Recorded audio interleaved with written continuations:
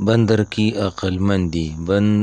جنگل میں شیر بہت بڑا ظالم تھا، روزانہ ایک ایک جانور کا لیتا تھا۔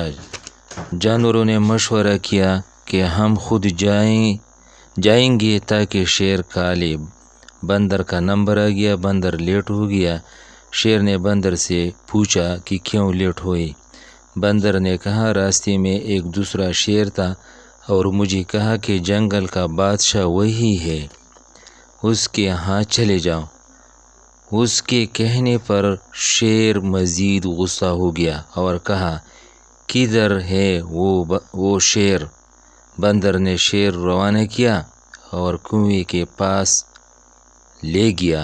شیر نے جب کنویں میں جھانکا تو پانی میں اپنا شکل دیکھ لیا۔ خیال آیا کہ یہ دوسرا شیر ہے۔ شیر نے اس پر وار کیا اور وار کے ساتھ کنویں میں جا گرا اور اس طرح بندر بچ گیا۔ بندر نے عقل مندی استعمال کی اور شیر کو ختم کر دیا۔